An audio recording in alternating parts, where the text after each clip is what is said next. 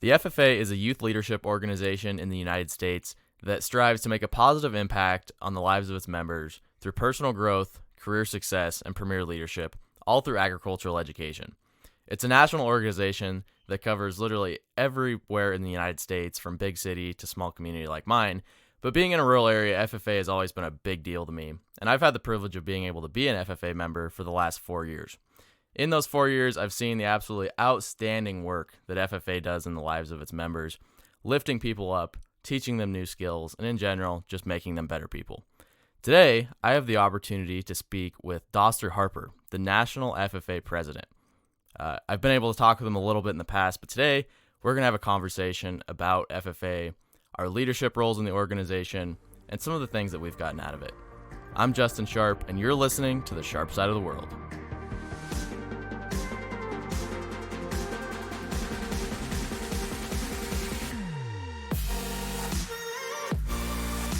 So, Doster, how are you doing today? I'm doing very well, Justin. How about yourself? I am doing really well. Today's podcast, if anybody wants to listen to two people in FFA leadership nerd out about our favorite thing, FFA, then this podcast is definitely for you. So the podcast has had a little bit of a break due to a state office run that I just got through, but we're back and we're going to be doing basically weekly episodes again. And this one kicks it off with a pretty special guest. So to start us off, Doster, where are you from and what's your ag background like? Yeah, for sure. I'm from Covington, Georgia, which is a town about 30 miles directly east of Atlanta, down there in the heart of the South. I love growing up in Covington, and I like it because it's a pretty good mixture between an urban and a rural community. So, like I said, it's pretty much right outside of Atlanta. So we have a pretty good urban community right there around our town square and in downtown Covington. But outside of Covington, out in Newton County, where I'm from, there's pretty good rural landscape as well. A lot of people grow some cattle and row crops and things like that, which are pretty popular down in Georgia.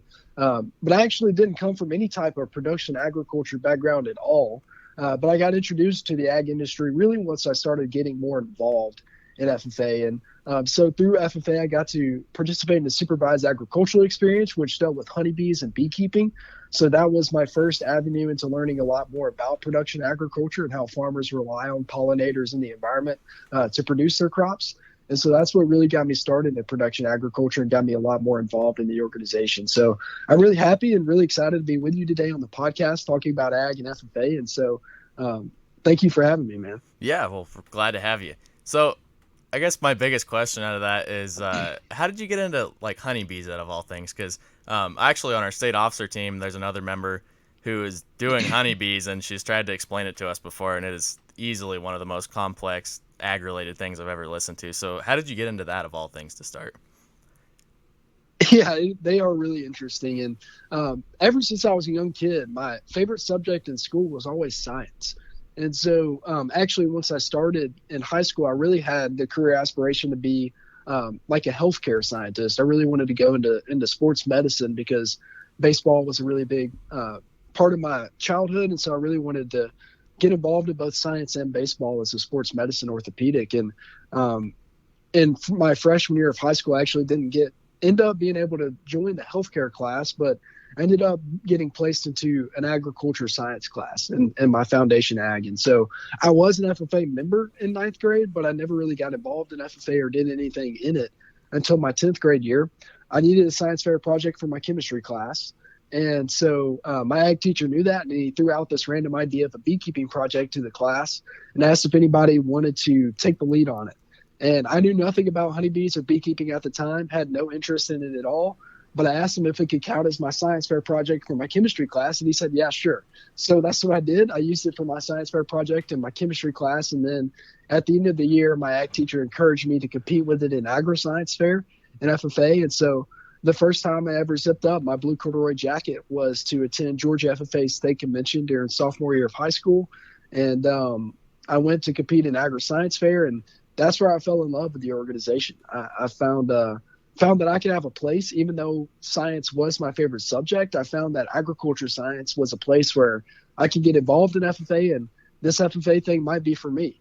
And so on the way home, 2 chapter officers encouraged me to run for chapter office after that convention. And I ended up running, getting elected to serve as chapter treasurer. And from that point on, just continued to get more involved in honeybees and beekeeping and FFA. So that was a whole lot of fun, and I really enjoyed that convention. And Justin, it just kind of reminds me, I really feel like everybody in FFA always has that one moment where they really start to think like, this FFA thing may be for me. Like I may be able to have a place or be able to get involved in this organization. And for me, it was that one moment I had at state convention. But Justin, I'm wondering if you ever had that one moment for yourself where you found out that, hey, this organization has a place for me, and FFA may be for me in the future.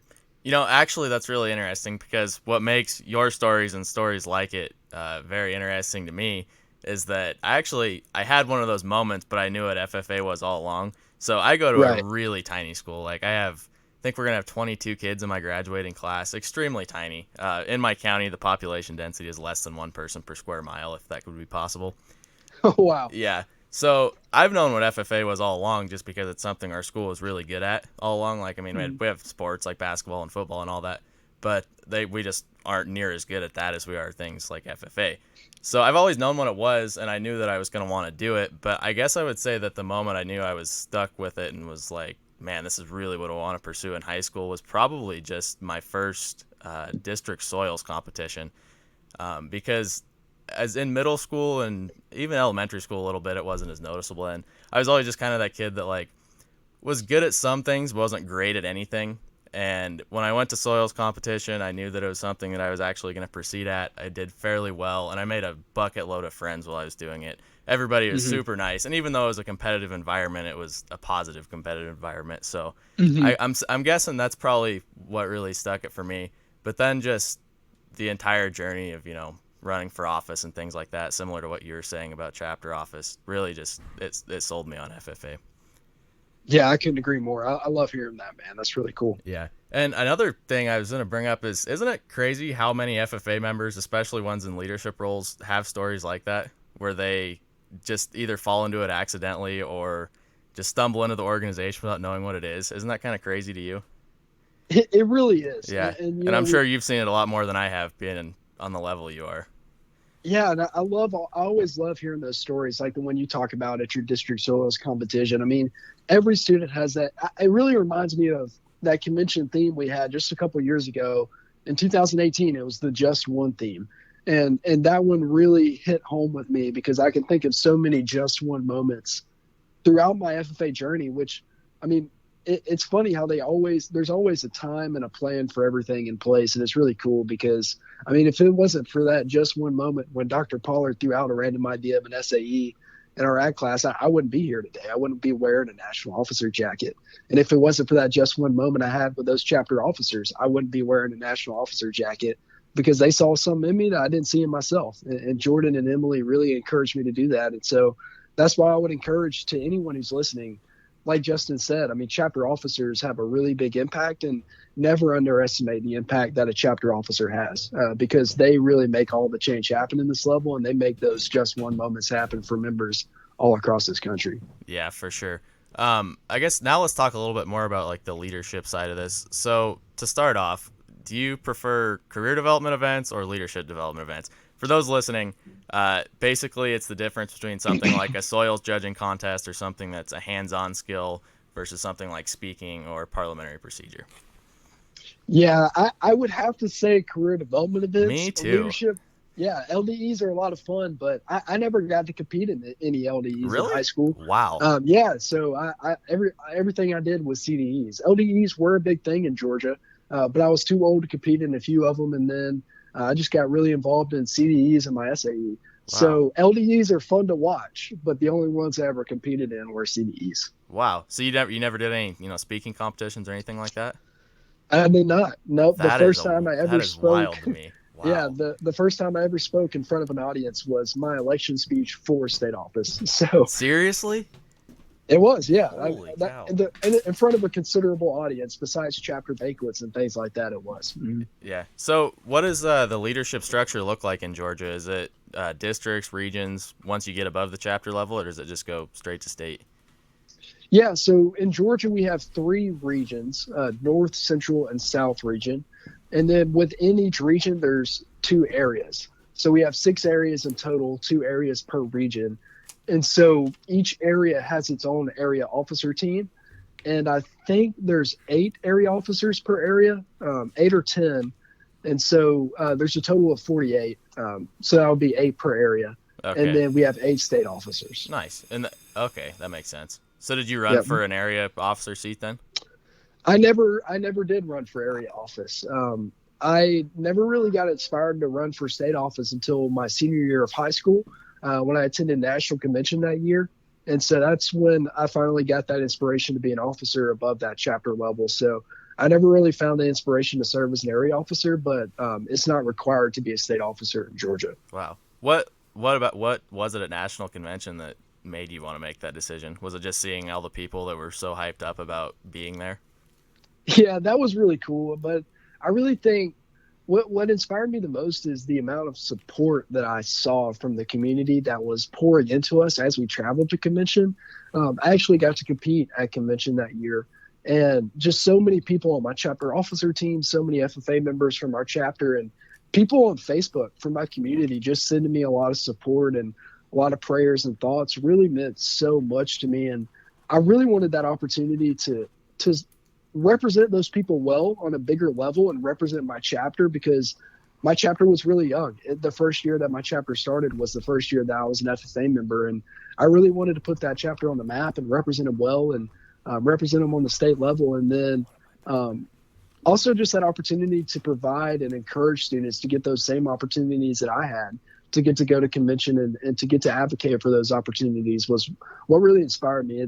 It's another one of those small moments that I think about. It's just, we rode up on a bus to convention that year, and riding home from that convention on the bus when it was pitch black dark and nobody was talking or saying anything, and I was listening to music in my earbuds, I remember thinking, I want more of this. I want to make more of this happen for other students across the country. And so that's when state office jumped into my mind. That's awesome. And what did your state office, I guess you could say candidacy, it's kind of like that. I'm Mhm. guessing your process is a lot different. So what did your process look like?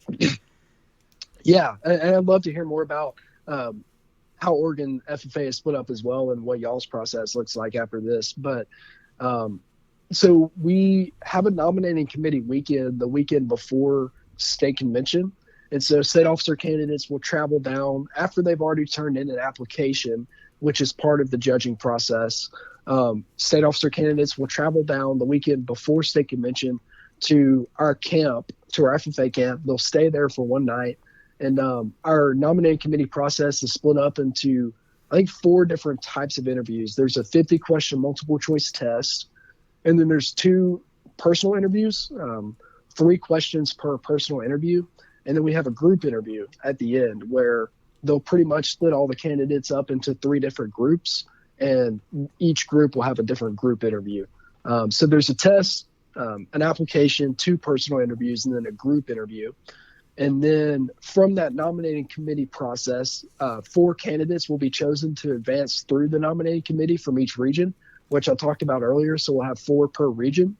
And then at state convention, that's when they announce the 4 that make it through each region. And those 4 candidates from each region will give an election speech to the delegates, and the delegates vote on the state officers. And at that point, it's strictly up to the delegates, and 100% based on their votes to see who makes it on the state officer team.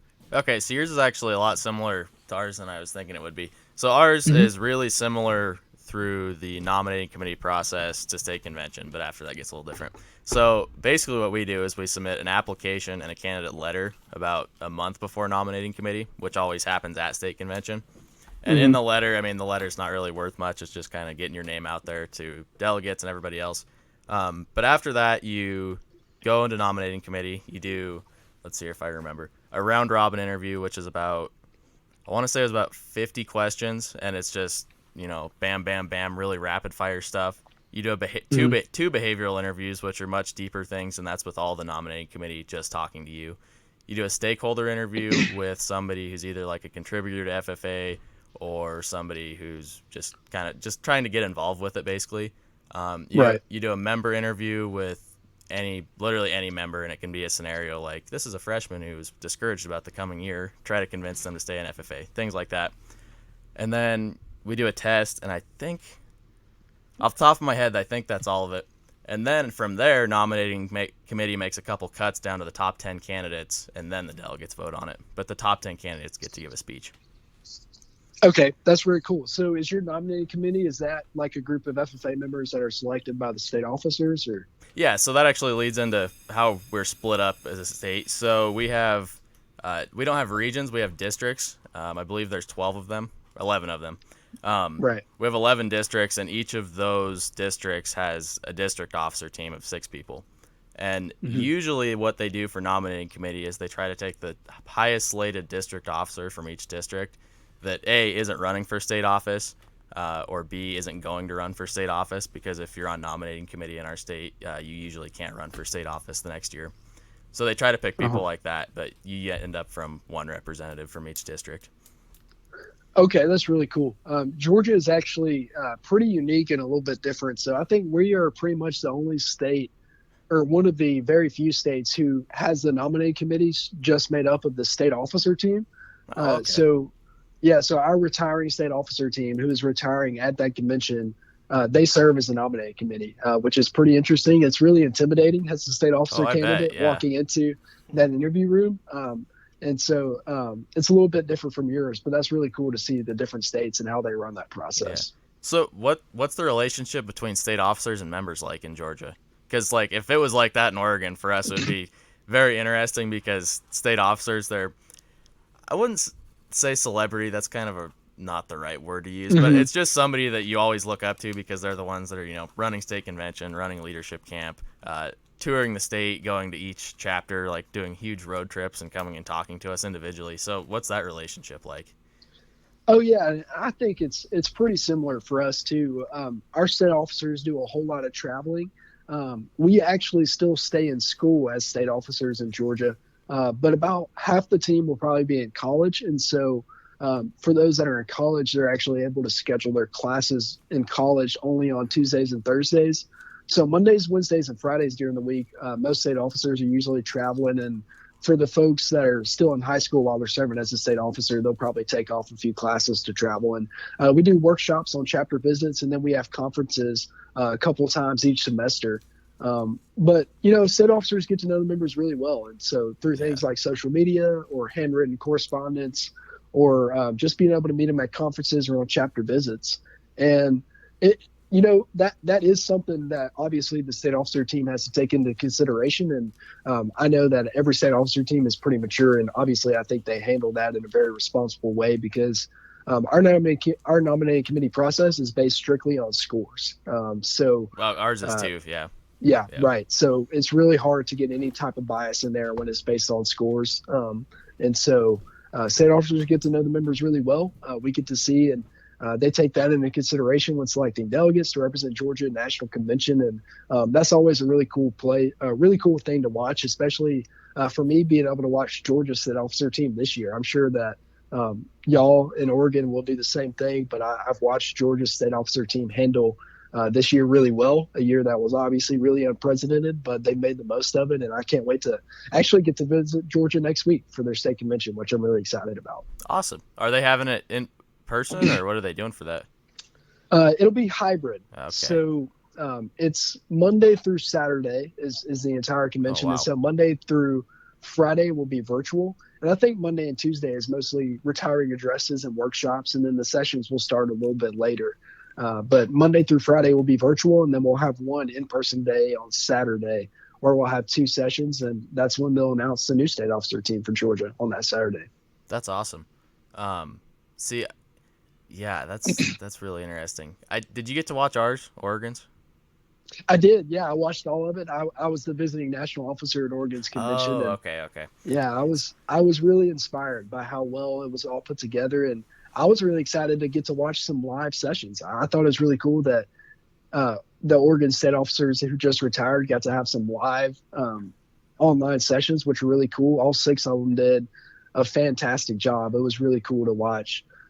Grace and Jenna and Colby, Cy, they all did a great job. And it was awesome to watch. You want to know something interesting? I'll tell you this. I don't know if I'm supposed to tell people, but I'll cut it out if I'm not supposed to. I'll ask. We didn't know where our state convention was going to be and how we were going to do it 2 weeks before it happened. Really? Yeah, they wanted to do it live. They had the idea, but they just didn't really know what that was going to look like in terms of Hmm. location and, production and who was going to put it together and all that, just because it's so hard to make perfect. And they found a place in Cornelius, Oregon, which I think it's about 2 hours from Corvallis, which is where our state office is. Right. And they found it in the last 2 weeks, and they put that all together then. But yeah, it was a struggle. It was pretty cool to hear about. Yeah, I love hearing that. I'm glad they got to make it work. And I think I left Ramey and Olivia out when I was listing all 6 state officers earlier, but those 6 just did a tremendous job of Yeah. handling what was thrown at them, and even a plant blowing up just across the street from where their Isn't that arena insane? was. Like, it's safe to say they got off to an explosive start. Yeah, But for sure. it was so cool to watch, and to be able to watch your team be installed in person there at the studio live was so cool. And I was so proud to watch that. I really enjoyed watching that convention and watching them celebrate all the members' successes. Yeah, it was awesome. I don't think it could have done. I don't think it could have gone any better, honestly. Like with the circumstances and COVID regulations and everything else, I don't think there's any way it could have gone better. It was about as perfect as it could have got. Yeah, I couldn't agree more. And it was also really cool. I think my favorite part was watching all the members' reactions on Zoom while they were announcing award winners. That was so cool. They did that a lot like National Convention was. And it's really cool to get to share that moment with those members. Like, you're not with them in person, but you almost feel like it because you don't get to see that in person in an arena as much as you do when you're watching their reactions on Yeah, that screen from Zoom, which was really cool. that's very true, and it's less personal in the fact that like you're not there with them, but it's almost more personal because it's more in tune with two different people, individuals, in a way, if that makes sense. That's actually a good point I didn't think of before. Yeah, I totally agree. Yeah. So what is? I guess actually we can start with this point. When did you decide to look at national office? Because that is a huge step up. Like state office is a big deal, but that's a massive step up from state office. Yeah, I think national office kind of crept into my mind. Um, After I finished facilitating conference as a state officer, actually, it was during the fall of my state officer year, probably just before national convention. Um, in Georgia, we have a conference that's called Discovery Conference, which is strictly for middle school students. We have a very large middle school student body in Georgia. I think it's one of the largest in the nation, and so a lot of middle school members have a whole lot to add to our Georgia FFA membership, and it's always really cool to hang out with them. And so we have a discovery conference specifically for middle school students. And at this discovery conference that I was facilitating, I met a student named Alex, and Alex was such a cool student to get to know. And I'll never forget while we were getting ready for the opening session of this discovery conference, it was in Tabor Auditorium at Camp John Hope, right in the middle of Georgia. The fall August heat is beating down on us, and Alex is literally just sprinting in circles around this auditorium while we're getting ready for the opening session. And if you've ever met a middle school FFA member, I don't know if you have those middle school members in Oregon, but to know a middle school member, that is not a surprise. They are oftentimes running, bouncing off the walls, and Alex was no exception. He was literally just sprinting in circles around that auditorium. And next thing I know, I was laughing at him and cutting up. And next thing I know, Alex is challenging me to a sprinting race. And so out of nowhere, Alex and I are literally just sprinting in circles. We're having races, just seeing who's the fastest. And Alex beat me a whole lot because I'm not too fast, but I was just slipping all over the floor in official dress, having a good time while I'm sprinting with Alex. And, at the time when that moment was happening, I didn't think much of it. But on my way home from that conference, I got to thinking more about Alex. And I just really felt like Alex is a good representation of so many students across the nation who have so much passion and energy for this organization and what it does for students. And Alex literally was the prime example of that. I mean, he was so excited and he had so much energy for what we were doing at that conference. And he brought all the energy to the table, and I just fed off of it. And I wanted to spend another year of my life being able to be with students like Alex who have so much passion and energy for FFA, and they want to make their communities better. They want to make others better and do what the things that we do to serve an FFA. And I just wanted to be with students like Alex on a national scale and do whatever I can to help them realize and achieve their full potential. And so that's when national office crept into my mind on the way home from that conference. But I decided not to think about it anymore. or to try not to think about it, but definitely not do anything to prepare for national office until after I retired from state office in April, because during that state officer year, I really wanted to focus on the students that I was chosen to serve before I started preparing for students that I could potentially serve, which is any advice that I would give for any officer who's a chapter officer, a state officer, district officer, or even an area officer. Just making that decision to serve the members where you're at right now, the members that you've already been chosen to serve, and then worry about the students that you could potentially serve after you retire. I think that's some great advice. I know a lot of people, there's a lot of people I think almost see it as a stepping stone, like just to go higher, and that's definitely the wrong way to look at it. Like, definitely not your job, and I think that's a great piece of advice. Yeah, I couldn't agree more. And I would also say you don't have to have an officer title to serve. So many FFA members, serve in so many incredible ways who aren't officers, and obviously that officer position allows us to reach more students, maybe. But at the same time, I believe a lot of FFA members make so much great impacts on their community without an officer title, and it's definitely not necessary. But like you said, Justin, just making sure that we have that service mentality and serving the students that we are chosen to serve is so important because every officer in this organization has a tremendous ability to make a big impact. And I believe that if you're chosen to be an officer, you have that ability to make the impact. Yeah. And so I'm with them every step of the way. Yeah. Leadership doesn't come with a title. All the title does is gives you a platform to use your voice with. That's in training, that's a weird way to put it. In preparation for nominating committee, that was one of the questions that you definitely think of a lot because you know it's going to come up in nominating committee. And I think after all the thinking that we did, because we did a little bit of group exercise stuff, that's what we came up with. So, but more realistically, what did that process look like? I mean, you had about 6 months off between state office and national office candidacy, right? Yeah, I did. So I actually had about a year and 6 months because I retired from state office. Yeah, so I retired from state office in 2019. I actually ended up running for national office that year, but each state can only submit one candidate, and I ran for Georgia's candidacy, but I wasn't chosen that year. So I had a year off, and then I ran again and was selected to be Georgia's candidate. So I had about a year and a half between state office and national office. Okay. What kind of prep did you do? Did you have somebody that was not necessarily a coach, but somebody that was kind of a mentor to you, or did you just go all solo?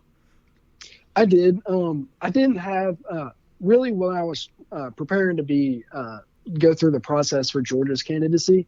I took a lot of that on my own just because, I called people from the community, and my advisor was really a big mentor for me in that area, just getting ready to go through that process for Georgia's candidacy, just because not many state staff can really help me in that portion, just because they can't choose favorites or do anything like that because their job is to be equal for all Georgia's candidates. But after I was selected to be Georgia's candidate, I worked a lot with the state staff. Mr. Lastly and Mr. Paul are our state staff at Georgia FFA. Mr. Paul is actually Andy Paul, who served as national president in 14-15.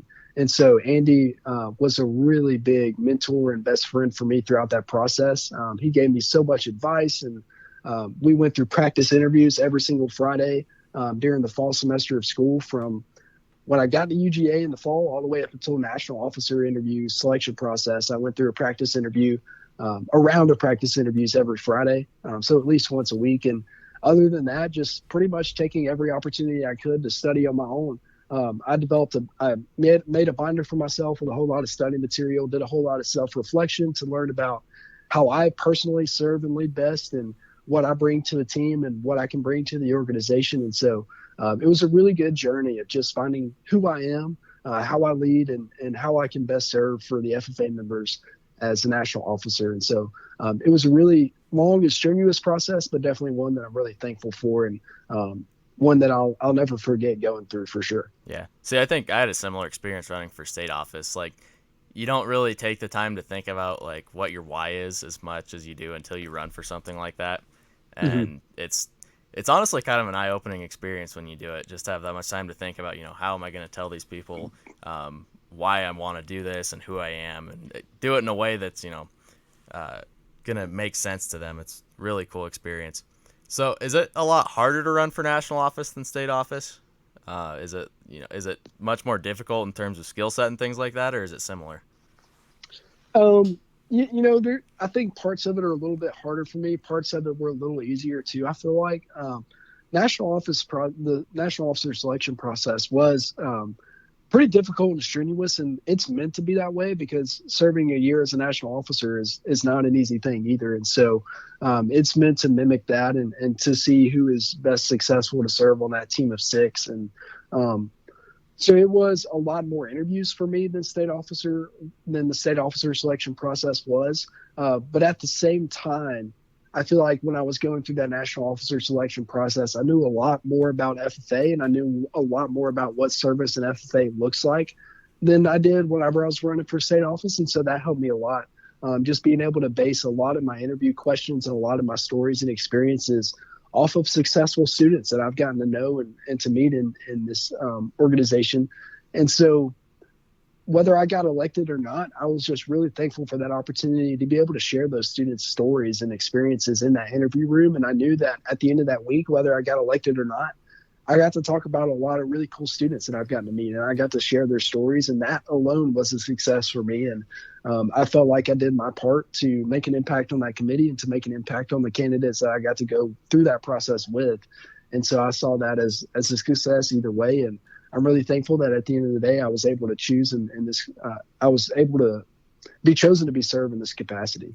See, I love that perspective of going into it and saying, hey, even if I don't get elected, I appreciate the experience, because here in Oregon, I don't know if it's like that in Georgia, but the state office runs are super, super like stressful and people get really nervous about it. And it really, it almost, it doesn't make you feel good when you see people lose and then get down about it, because like when you go and run, like, and I had the same attitude as you, like you're just so grateful for the experience, like I was talking about earlier, to be able to, think about it and think about what your why is and all that. And it's just overall, it's a great experience. And I don't know, I can't see being down about losing just because you get that value out of it. But yeah, that's a really great point. Yeah, for sure. And Justin, was your state officer selection process this year, was that virtual? Yeah, it was. So basically everything that they would do on a normal year, they did that on Zoom. Okay. And that, I mean, it really wasn't that much different other than you're talking through a computer screen rather than face to face. But yeah. Right. Yeah. And obviously we weren't at state convention this year, but yeah. Was yours? Yeah, the whole Or national national officer office? selection Yeah. process it was virtual. And so like you said, they pretty much did everything the exact same way, except it was virtual, except they did change one round this year. They changed the first initial round up just a little bit, but other than that, everything was pretty much the exact same. And I really give my kudos to all the National FFA staff, especially Mr. Eric Nelson, who planned and executed all of it, because they did it flawlessly. Nice. I have a cousin named Eric Nelson, so every time I hear that, it's kind of funny. Yeah, that's pretty neat. Yeah. What did you guys do for speeches this year then? Did you just give them like on a Zoom call to all the delegates? Yeah. So now, are you talking about like the stand and deliver round of national officer selection process? Yes, yeah. Yeah. So the national officer candidates never really give any election speeches, Okay. but there is a speech round of the interview process, and so that's called the stand and deliver round. And yeah, that was done virtual. They really just gave us like a virtual topic or a situation where you're at like a virtual conference or whatever, and they've asked you to give 5-minute remarks. And so it was the same stand and deliver round as usual, but just in a virtual format. Okay, that makes sense. I guess coming to a close here. Well, I guess this isn't the close. This is pre-closer. When you got elected, what is that like? Like, what was the first thing that went through your head? Because that just it's a wild experience. Like even for state office, so I can't imagine what would it be as a national president. What was that like? Yeah, it was a very wild experience for sure. I can't really recall or remember what exactly went through my head, except I can't believe that just happened right after I got elected. But obviously you've probably seen the videos. It was in a virtual format, just like virtual convention was. And so we all got onto a Zoom call just before that session started. And so all the candidates were on our own Zoom call right through that entire final session. And obviously we couldn't talk or anything because we were all muted. So that was a little bit awkward being on that Zoom call and just being able to faintly hear what was going on in the session because, it was just coming from our computer sound. So I was barely able to hear it, but that may have also been because I was so dang nervous. But Yeah. at the same time, just the president, I was elected to serve as president this year, and that is the last officer title who is announced. And so I remember thinking after Anna Mathis was announced to serve as national secretary and remembering that she was in the southern region and knowing that they had already announced the southern region vice president, I just remember thinking that it doesn't look like it's going to happen for me this year. And that's okay. I'll be able to serve somewhere else. And when I heard my name called or when I heard Georgia State called, it was just a complete moment of complete shock and disbelief. And I was very thankful that I was surrounded by the people who got me to that moment right there while I was in that moment. Yeah. Because in a normal year in person, you're surrounded by 30 or 40 other candidates who you literally just met a week ago. But for me, I got to share that moment with people who I've been through this entire life together. My family was right there with me. My mentors, my advisors, Mr. Lastly and Mr. Paul were all right there. And so it was such a cool moment to be able to embrace them right there and share that moment with them. I was so thankful because I would not have gotten to that moment without them. They pushed me and encouraged me all along the way. And Justin, I'm sure you have those same folks that you got to be with for your state officer announcement as well. Yeah, for sure. So, yeah. I mean, were y'all announced virtually too? Yeah, so in Oregon, when we give our top 10 speeches, usually every candidate sits up on the stage at state convention, and the past state position for whatever name is being called after elections is there, and that corresponds with speeches and all that. And this year we did the same thing but virtual, but instead of obviously being on the stage with everybody, all the delegates on the floor, it was our two of our voting delegates, because each chapter votes for state officers here, my advisor and I in a room. And yeah, it was very similar as soon as it came out. You're definitely grateful that you get to be with them when it happens, because it's the people that have seen you all the way through. Oh, yeah. It was a really cool moment. And it's one that I'll always be thankful for. Yeah. What were the people around you's reactions like? Were they just insanely excited, or what was that like? Yeah, it was very similar. It's all a blur to me, but thankfully my principal of my high school was in that room with us that day, and he was actually filming it, and I did not know. So I actually have a video from someone who was in the room who I watch, which I watch every now and then when I need a little bit of encouragement to see my family members' reactions to that video. I'm really thankful for Mr. Walker for capturing that moment for me. But my two parents were sitting right next to me, my mom and my dad. And people always joke about our reactions all the time because literally all three of our jaws just dropped. And I hugged them. My mom was crying because my mom's always a crier like that. And so my advisors are crying. They're all there. And literally right after, I remember thinking, just talking with them about that. And, it's hard to put that into words because I couldn't find any words right after that moment had happened. I was just sitting there in disbelief. But it was cool to see their reactions because it didn't sink in, and it still hasn't quite sunk in yet, but it was really cool to share. You got to do reality checks every day. Yeah. Right. I'm sure you do the same thing. Oh yeah. It's wild. Like, yeah, when we were doing ours, I was making phone calls before to like other delegates across the state. Like, hey, so if I get put at large, which is the bottom 4 positions in the top 10 that have to get nominated up to be elected. I was like, if I get put at large, can you like nominate me here and here, and kind of making a game plan. And the slate came out and it said president, and I like you say, just jaw drops. And the two delegates in the room look at me and they're like, what? Because they weren't expecting it as much either. And it was nuts. It's an insane feeling. It's probably unparalleled, honestly, for me. It is. And Justin, you're serving as vice president, right? Yep. Okay, cool. Well, that's good to hear, man. And I know that you're going to do so many great things this year as a state officer. I got to talk with your team just a few days ago on Zoom, and it was a lot of fun to hear y'all's plans and what you're excited for this year. And so I'm really excited to see how you serve and grow. And it's funny how every state or district or national officer always says the same thing. We couldn't believe it when we got elected. And I love it because that is because of the members who make this organization so special. For sure. And every officer who gets elected is just in complete disbelief because they get to spend another year with those members. And that's so cool to think about. And I'm really thankful for all the members in this organization who make it such a special opportunity to serve in the FFA. Yeah, for sure. And especially this year's going to be an interesting one because now all of our, state officer, district officer, national officer teams, we all have the opportunity to bounce back and be even better when we come back. So it's going to be very interesting and very fun to watch and participate in. Yeah, absolutely, for sure. Yeah. So in closing here, I want to ask you, let's see, 2 questions here, or 3 questions actually.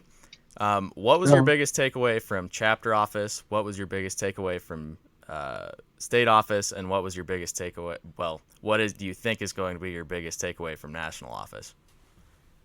Yeah, those are 3 great questions right there. And so I think for me, my biggest takeaway from chapter office was the support that a community can provide.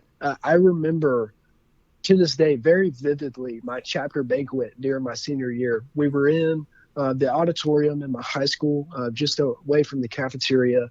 And I just remember like almost having tears in my eyes at that chapter banquet. And I remember telling my advisor next to me, Dr. Pollard, I remember telling him, I can't believe this is over. I can't believe this journey is over. And he nudged me and it was literally just a couple weeks after I got elected to serve as a state officer. And he hit me on the shoulder and he's like, dude, you get a whole nother year of this. And I told him, I was like, no, I mean, the journey in this high school, I can't believe it's over, because it was just unreal to me how much support I got from all the administrators and all the staff at the Career Academy where I went to high school, at the Newton College and Career Academy, and my advisor, Dr. Marcus Pollard, and my other one, Miss Cecily Gunter, who supported me so much in everything that I did. And I'm so thankful for them and the mentors that they'll always be for me. And all my friends that I got to go through that journey with, all my chapter officer teammates, and my family, of course. Just so many people supported me more than I could have ever thought or imagined while I was going through that experience in high school. And that's something I'll never forget. And so taking that away as I go into the future and into the world after high school, I just remember support from friends and family can mean more than we ever believe. And so just even if it's something as simple as a text or a phone call to let them know that, hey, I'm holding you accountable, or I'm just letting you know that I love you and I'm thinking about you today. Like, that stuff goes a long way. It means a and lot, that support from the community. And it's something that we need now more than ever. And so that was my biggest takeaway from chapter office. And for state office, I really took away the importance of character and what the importance of a foundation is in someone's life, and why we do things. Because I remember in state office, I was bogged down a lot with a lot of responsibilities, and they were great responsibilities. It was being able to serve the members of Georgia FFA, which I love so much. But a lot of times it became really challenging and really stressful. And there were a couple times where I felt like I was getting disgruntled or I was falling apart. And in those times, I remember it being so important to rely on the things that are so important to us as individuals, our foundations and what we believe in, right? And so I really found that the 3 core areas of my character, or what I believe in that year, were my physical, my mental, and my moral qualities. And I believe those qualities are really what make me who I am. And the great thing about them is that nobody else can affect my physical strength. Nobody else can affect my mental well-being or my moral strength, right? Only I have the ability to impact how strong those things are in my life. And so whenever challenging or stressful times come, those are the 3 things that I'm able to rely on. And so through those challenging responsibilities and stresses as state office, I learned how much I need to rely and strengthen those in order to accomplish and serve and succeed. So that was my biggest takeaway from state office. And for anybody who's listening, those are the things that we can think about a lot. And those are the things that are really important for us to rely on. So whenever change comes, we have a changeless core to react to that change. And that's what really helps us to overcome those changes. And that changeless core for me was the physical, mental, and moral qualities of myself. And so far, the biggest takeaway from national office has just been the things that we take a lot for granted, but it's just connectedness and how we get to connect in so many different and unique ways. Because in years past, all we've done is connecting in person, and to see the connections happen in a virtual way this year has been really rewarding, because it's so cool to see the different diverse experiences all across the nation in so many different ways, and being able to connect with students, even if it's through a virtual platform, is something that I'm really grateful for. Because connectedness goes a lot, very similar with support from a community. It means a lot. And just connecting with people in whatever way that looks like can go a long way. And Justin, I'm really curious to hear about what your biggest takeaway has been from serving as an officer in Oregon, whether that's as a state officer, a chapter officer, or a district officer. What has been your biggest takeaway so far? I think, okay, this is going to be a good one. I've thought about this a lot, and there's a lot of different things that come out of it, so definitely Yeah, narrow for them sure. down right here. Chapter office, I think the biggest thing that I get out of that is just feeling a sense of community. On such a small level, I mean, especially being in a rural place like I am, everybody knows everybody, and everybody has each other's back. There's such thing as small town drama, but set that aside, everybody is just so connected that there's so much support for you as a chapter officer here, and it's really just amazing. It boosts your confidence, humanity, if that makes sense. Hmm. District office, I think adapting and also just the importance of connections probably is what stuck out to me.